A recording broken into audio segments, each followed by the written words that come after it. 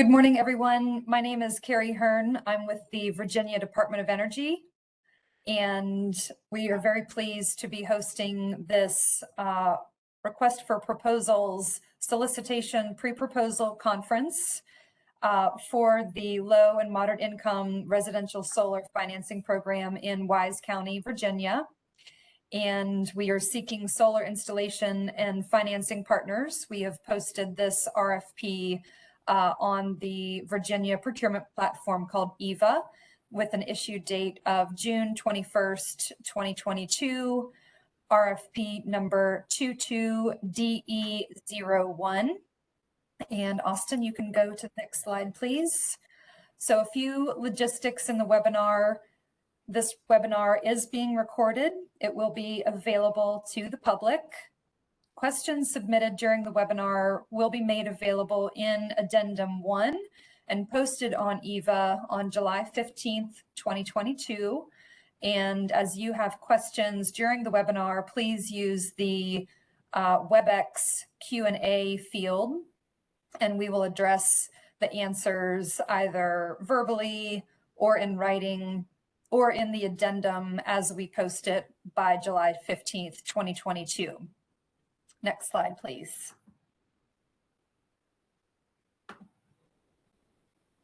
So again, my name is Carrie Hearn. I work for the Virginia Department of Energy, also known as Virginia Energy. I'm an associate director in our Renewable Energy and Energy Efficiency Division. And I'm pleased to have with us here today Austin Counts, who is our Rural and Industrial Clean Energy Program Manager. Austin will be primarily presenting on the RFP and the logistics of the process. And we also have Aaron Berryhill, our Solar Program Manager, who is helping to facilitate the WebEx. So thank you, Aaron and Austin. And Austin, you can go to the next slide. So Virginia Energy is a state agency. We are within the Secretary of Commerce and Trade, within the executive branch. You may have known us as the Department of Mines, Minerals, and Energy, or DMME, and we did have a name change in 2021, renamed to be the Virginia Department of Energy, and we go by Virginia Energy. That went into effect October 1st of 2021. We do serve as the state's energy office, and on the other side of the agency, there is regulatory agencies that regulate the extraction of minerals, coal, gas, and oil in Virginia. We also serve to implement the Commonwealth's energy policy, and we promote and support economic development opportunities, of which we hope this program is one. Next slide, please. So with that, I will hand the program over to Austin. All right, thank you, Carrie. Can everybody hear me okay? Yes. Okay. So greetings, everyone. As mentioned, my name is Austin. I'm the Rural Energy Program Manager at the Virginia Department of Energy. And today I'm going to quickly run through some of the basics of our RFP here today. First, we'll go through the program purpose. Then we'll cover a little bit about the background on our project and why Wise County was selected as the focus area. We'll also be discussing the scope of services and the timeline for the RFP itself, before finally jumping in and talking a little bit about the submission and evaluation process before using the rest of our time today for Q&A. And so we'll likely have a good 30 minutes or so for Q&A at least. And so as we're going through the presentation, feel free to use the Q&A box to submit any questions along the way, and we'll answer it at the very end. So the purpose of the LMI, or low to moderate income solar program, and this RFP is to further the goals of Virginia Energy's Renewable Energy and Energy Efficiency Division. It's the goal of this division to implement clean energy policies, the clean energy policy of the Commonwealth and across Virginia. This includes increasing access to and the affordability of clean energy benefits for all people in the Commonwealth.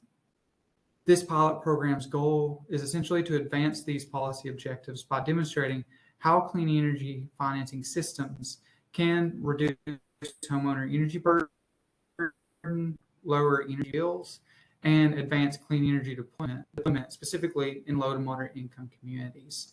And as we mentioned before, this program is specifically for Wise County, Virginia.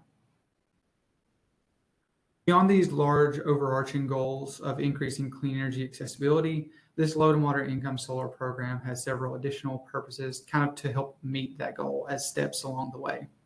First, we want to provide solar financing, marketing, and servicing for residential solar projects at specifically single family owner occupied low to moderate income households in Wise County, Virginia. These installations should provide a cash positive energy savings from the very first year. Second, we really want to incentivize clean energy business and economic development in rural Virginia by creating jobs and opportunities for entrepreneurs and small businesses. You will see this a little bit later on in the process, but it is a valuable part of the application itself. Another purpose of the program is to gather data on the potential to scale up such or similar programs for LMI households all across Virginia. This scalability will ensure that the benefits of solar energy is eventually accessible to everyone in the Commonwealth.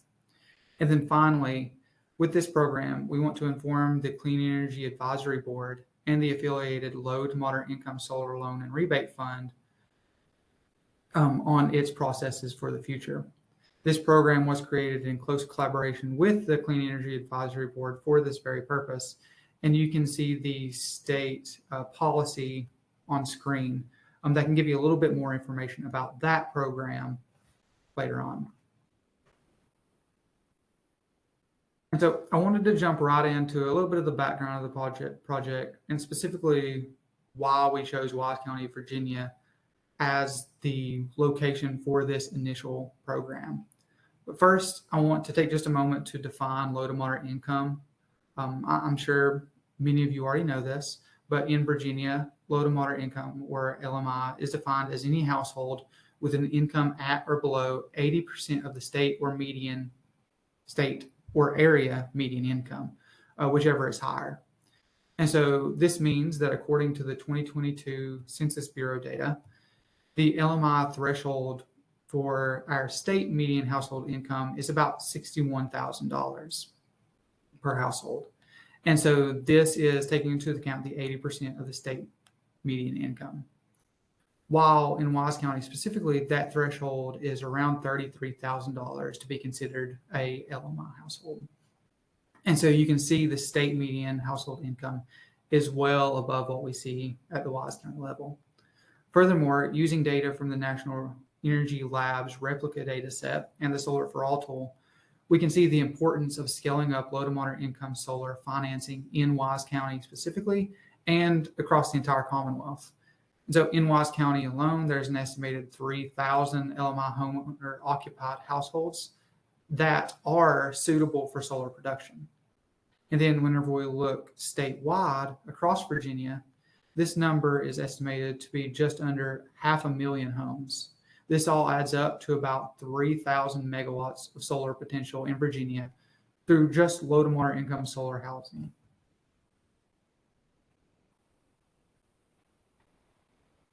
And so to jump into a little bit of the specifics of Wise County, I wanted to start with a really quick slide just informing you of the utilities available in the community.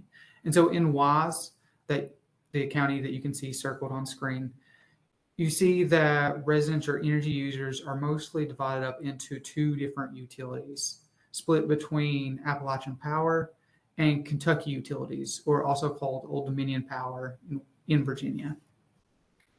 And so these are the two major utilities that, if selected for the project, you would be working through.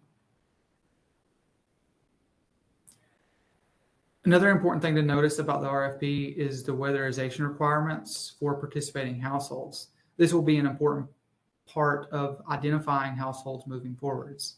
And so for this, the Virginia Department of Housing and Community Development funds a weatherization assistance program specific in Wise County and some of the surrounding counties.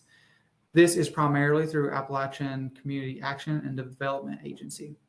And in 2020 and 2021, APCA had provided weatherization services to at least 44 single-family homes in Wise County over the past 5 to 6 years, with another 24 homes in wait for additional assistance. And so an important part of this program will be working with DHCD and APCA to help identify low to moderate income solar applicable participants. And so this is going to be a very important part of the success of the LMI solar program. Another important bit of background for Wise County specifically is that the county achieved a gold designation from SolSmart in 2021, essentially removing some of the red tape behind solar installations and making it easier, faster, and hopefully cheaper to permit residential solar installations. Through this designation, the county commits to 1, providing clear guidance about solar permitting and inspection process, 2, to reviewing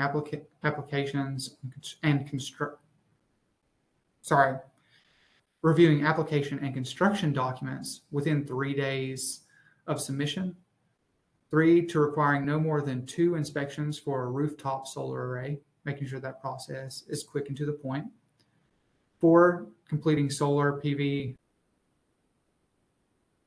or photovoltaic in phase of the inspection requests. And in addition to this, they also provide a lot of information directly on their website, which you can see on screen, or that you can Google Wise County, Virginia SolSmart. And this website provides a lot of the important information on fees and licensing and some of the other processes for solar developers directly on the Wise County page for how you can get residential and other forms of solar energy permitted in Wise County, Virginia.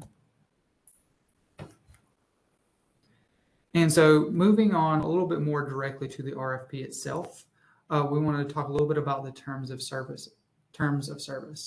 And so if selected as the recipient of the RFP, the partner will help market, design, finance, install, maintain, and report on installed solar photovoltaic systems in Wise County over the 24-month timeline of the program, essentially 2 years. The selected partners for this program will be able to access $400,000 for financing support for solar financing to be used as proposed in the RFP. This can take place in a variety of ways and really just ensures that those funds are going directly towards the installation of solar panels. As proposed, and in addition to this, around $35,000 for program marketing and outreach support will also be provided to the partners. And so I should say that all of these slides are not a super in-depth version of what's in the RFP. These numbers are broken down a little bit more in the RFP, giving more exact numbers to how much funding can go towards a single project. But all of that is provided in the RFP itself, and as Carrie mentioned, available through EVA for download. So in addition to these broader goals, the RFP also has a number of key and preferred services listed. Here are some of the higher level services. And again, you can see the complete list of each key and preferred service in the RFP itself. Major key services include ensuring LMI homeowners may receive solar installations on their property without down payment, and that these installations should also guarantee a cash flow positive situation for the homeowners within the first year. And so these are just the very baseline key major services to include in your proposals. There are also several preferred services, such as enabling the monetization of federal income tax credits, or the ITC, requiring no additional collateral beyond the solar panels, and if you propose a lease or some other form that can provide early buyout terms, it is preferred that you're able to do so. So another really important part of the RFP to recognize is where the funding is coming from. And so the funding for this program specifically is coming from the American Recovery and Reinvestment Act, provided by the National Department of Energy. Because of this, there are a few considerations that will have to be taken into account once households begin to apply. And so once household participation applications begin coming in as further defined and laid out in the RFP, each household will be evaluated for compliance with the Davis-Bacon Act, the Historic Preservation Rules, compliance with NEPA or the National Environmental Protection Act, and the Buy American provision. Several of these provisions are somewhat unlikely to apply to residential solar systems, roof-mounted systems, or privately owned and utilized buildings. However, evaluation must be done at the individual level to ensure that this is the case. Additional information on the applications of these policies can be found in the RFP's Appendix E. And so if you really want to dive a little bit more into that, there's a lot of information available in the RFP's Appendix E and also online about some of the larger DOE programs. So moving on from the terms of services onto the timeline for the RFP. As you already know, the RFP was issued on June 21st. So after that issuance, 6 weeks after the RFP, responses will be due. The next major deadline for the RFP is actually this Thursday, July 7th. This is when all questions or inquiries per the RFP. You can find her email address and a little bit more information on how to send the questions in the RFP document. So if you intend on submitting official questions outside of this webinar, please refer to the RFP for where to send those questions. After all questions have been submitted, an addendum will be released on July 15th, including all questions and answers submitted. After the addendum, all proposals will be due on August 2nd. These proposals must be submitted through EVA, Virginia's procurement website. And I'll have a little bit more on that here in just a few slides. After submission, the Department of Energy and an RFP selection committee will begin reviewing each proposal and will notice an intent to award sometime in late September. After the notice of intent is issued, the parties will enter a contract negotiation phase before formal awardance of the project. It's also worth noting that should, for any reason, an addendum of the RFP be released after the indicated date in the timeline, the proposal submission deadline may be extended to no less than 10 days prior to the newly published addendum. If a second addendum is released on a timeline that is already 10 days before the listed proposal deadline, no extension will be granted.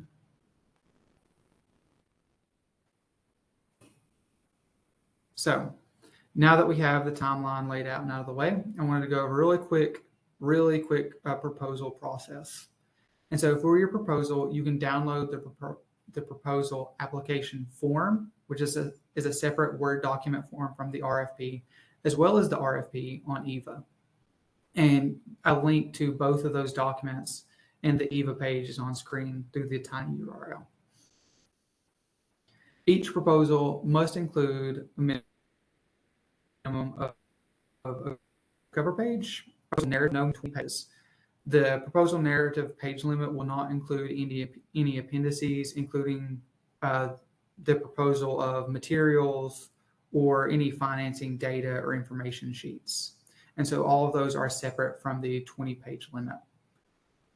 In addition to the proposal narrative, a small business subcontracting plan will also be required, as well as a list of 3 business or partner references and a brief signature page. Each of these can be found in the application form. Austin, I think just repeat number 2 around the proposal narrative. Your audio broke up for just a minute there. Oh, thank you, Carrie. And sorry, everyone. So each proposal will include a cover page, but each proposal will also include a proposal narrative of no more than 20 pages. And so this proposal narrative is, and all of the associated questions are a part of the application form that you can download on EVA. The proposal narrative page limit will not include any appendices, including parts of the proposal such as material, solar panel, racking systems, or financing data and information sheets. And so all of those can be attached as appendices and do not count towards the 20-page limit. And as previously mentioned, just in case I missed anything at all, each application is also required to provide a small business subcontracting plan and a list of at least 3 business or partner references and a brief signature page. And once again, all of these can be found on the application form as downloadable on EVA.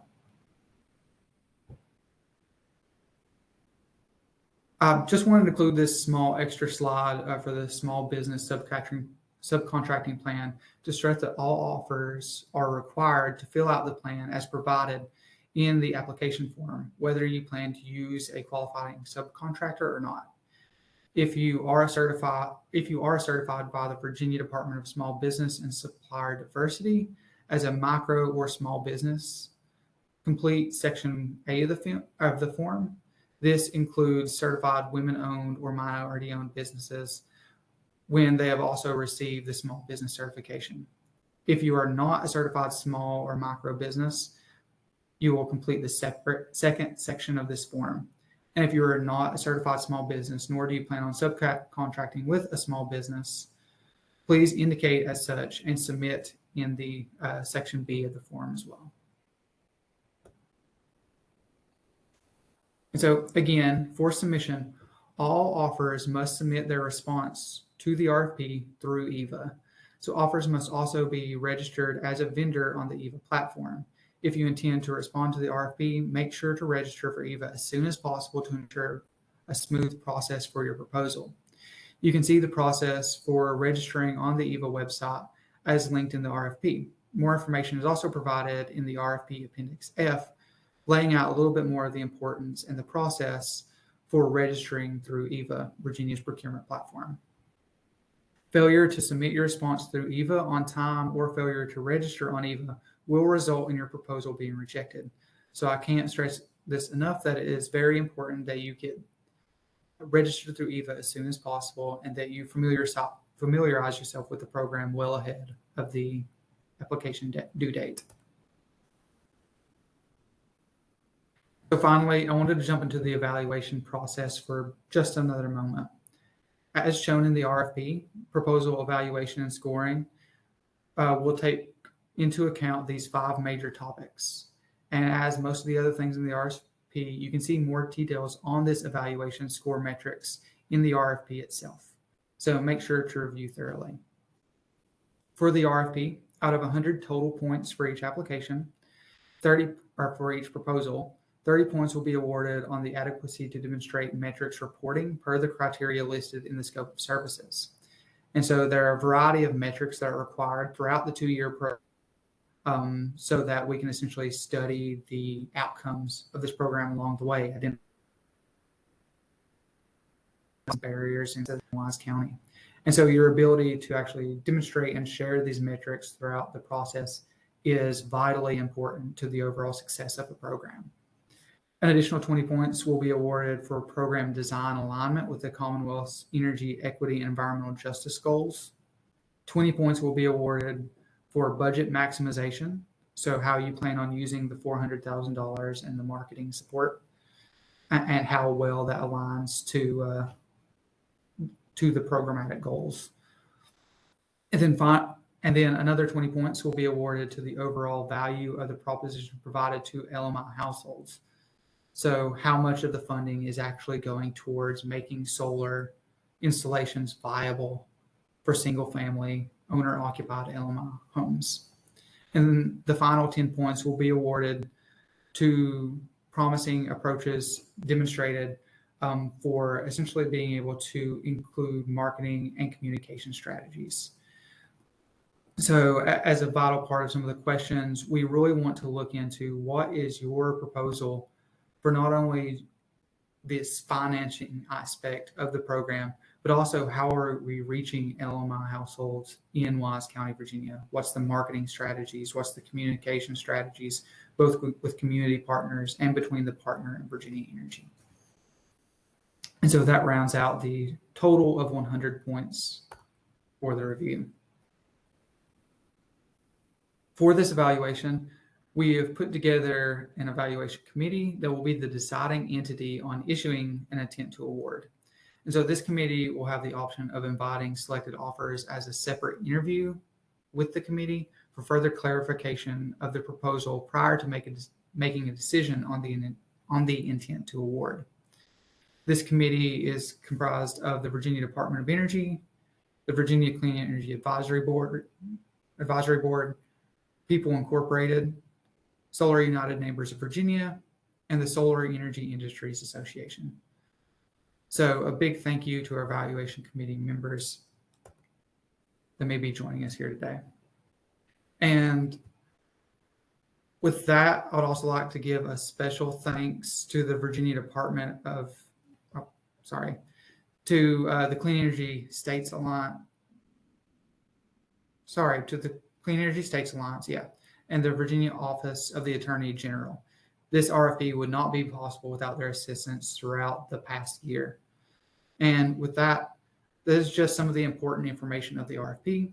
I'd like to stress that any proposer of the RFP should fully review the RFP itself, including the appendices, to get the full picture of the reporting requirements, the scope of work, and the proposal process.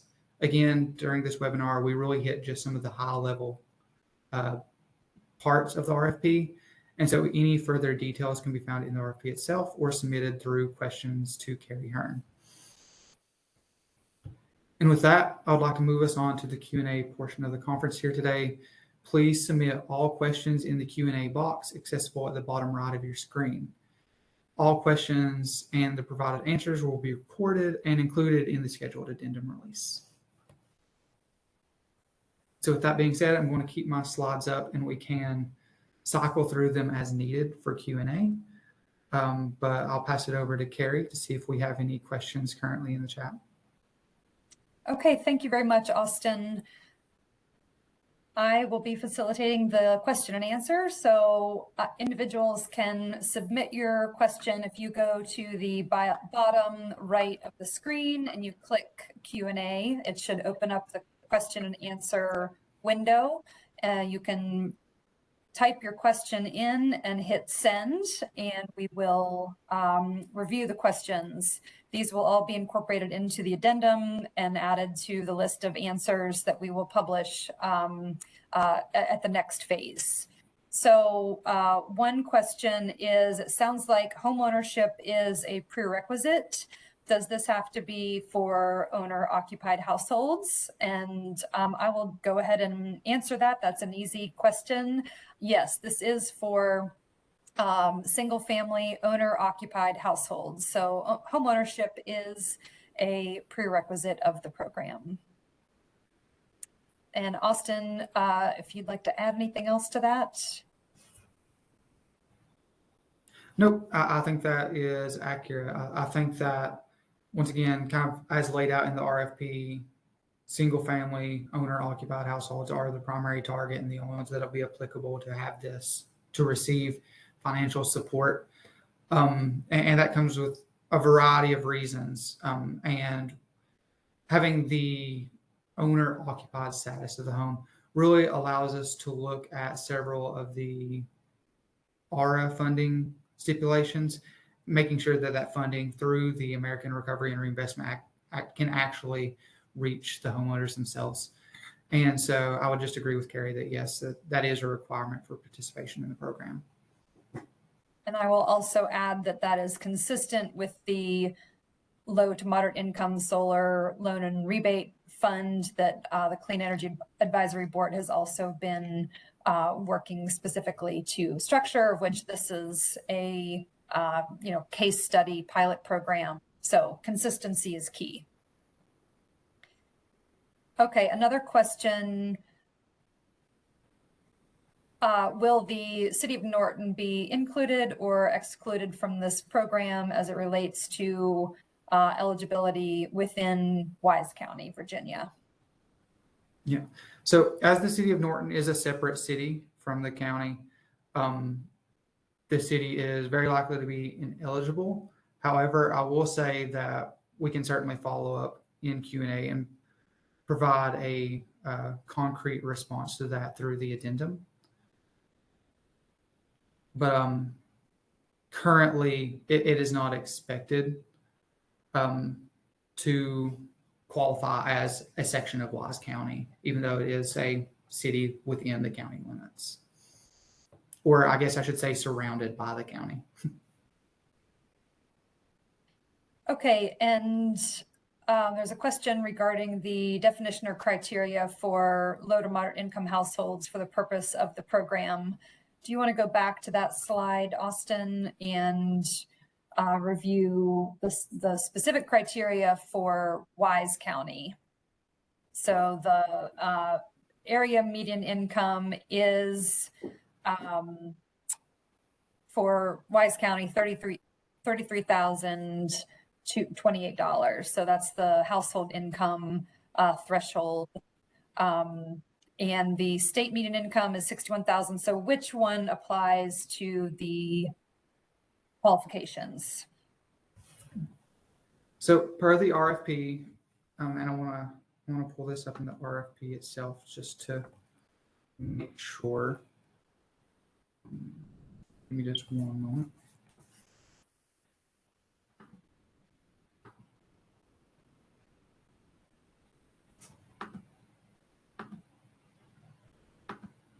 And as Austin is pulling that up, if others have questions, please submit it in writing into the Q&A panel. All right. Thank you all. Sorry for the delay. So I just wanted to be able to read this directly from the RFP itself. And so for the purpose of the request for proposals of this RFP, the LMI household is defined as any household with income at or below 80% of the state median income or regional median income, whichever is greater. And so with the state median income being greater than the Wise County median income, then we would suspect that the $61,000 would be the threshold for households participating in this program. Great. So that is all the questions that we have so far. We will keep this open. And again, if individuals have a question, please type it into the question and answer box and send that our way. And again, those questions can also be directed via email to, and those questions will come to my inbox, which Austin reviewed and which is detailed in the RFP specifically. Is that right, Austin? Sorry, can you repeat that? My internet was struggling a little bit. Okay, questions are coming to me by July 15th, correct? Yes, that is correct. Okay. Oh, sorry. So no, so questions are coming, questions should be submitted to you, Carrie, by the 7th. And so all questions should be submitted per the RFP to Carrie Hearn through her email by July 7th, end of the day.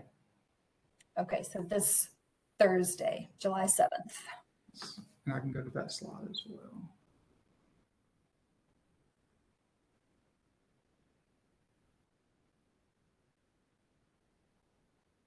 And we will release the answers in the addendum by July 15th. That is correct.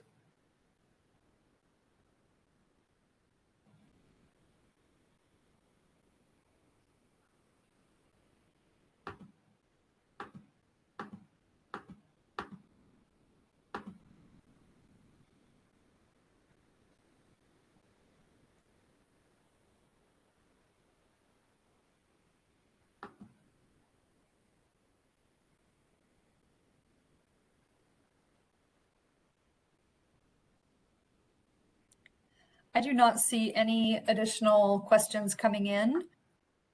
I'd be happy to keep this open if people think of other questions. Otherwise, we will close it out.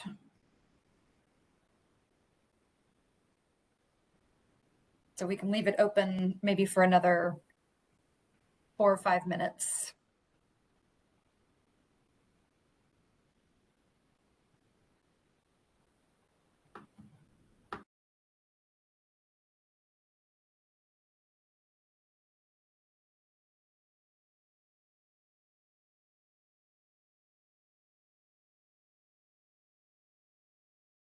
So we really appreciate everyone attending today, and there is a lot of detailed information, as Austin described, in the RFP itself.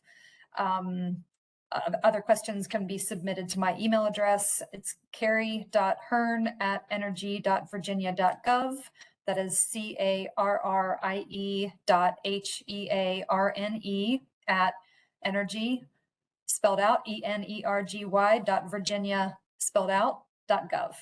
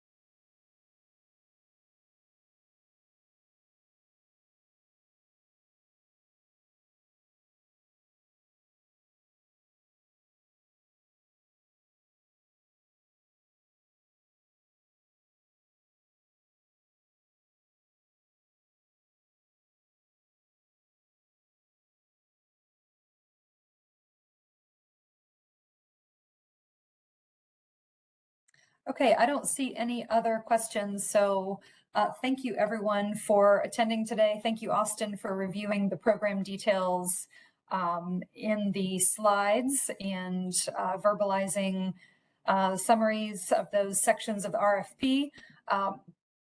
Again, questions can be submitted to me at my email address by this Thursday, July 7th. And we will post answers to those questions as an addendum by July 15th. Details of the RFP can be found on the Virginia procurement platform, which is EVA. And we thank everyone for attending and wish you all a very good day. And with that, I think we'll go ahead and stop recording and close out the webinar.